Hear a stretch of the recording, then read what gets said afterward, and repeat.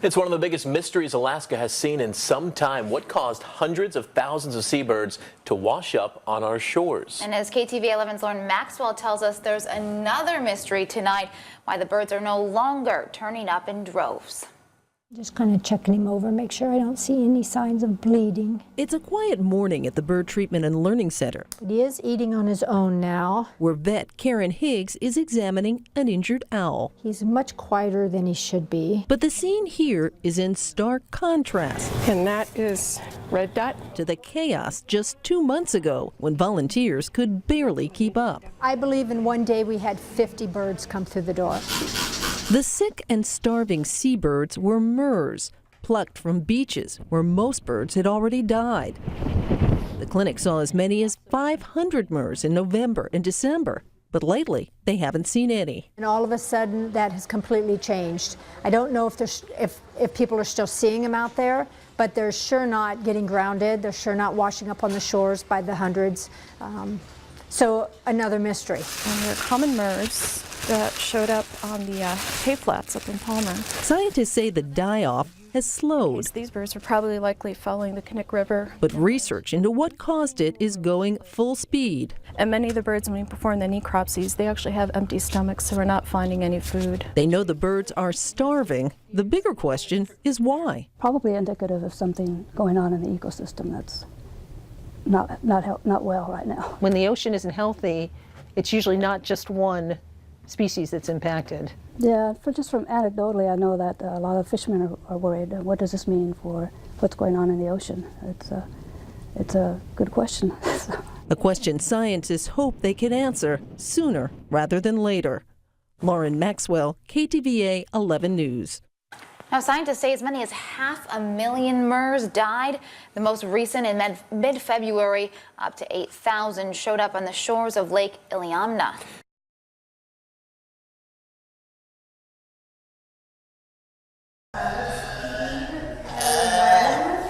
These hungry and sick sea lion pups are some of the casualties of warmer El Nino waters.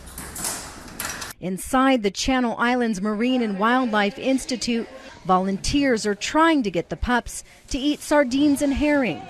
How much did 120 get?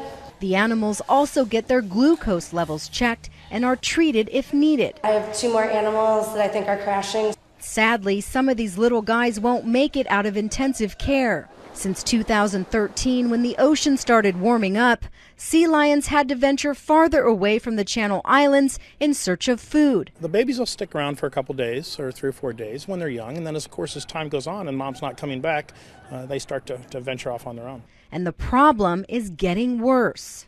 Then of course last year was unprecedented for us. We had 359. This year we're already at 160, and it's only the middle of March, so we've got a long way to go. Hold on a sec, let her shot. In the outside pen, a much brighter picture. These sea lions are now eating and working out. They all just go in and they compete for their fish, which is really good because that'll help them in the wild. And soon it will be time to go home. When it's time for these animals to be released, we have an agreement with the island packers, and they donate their boat time for us, and we literally take them out to the Channel Islands and release them where they were born.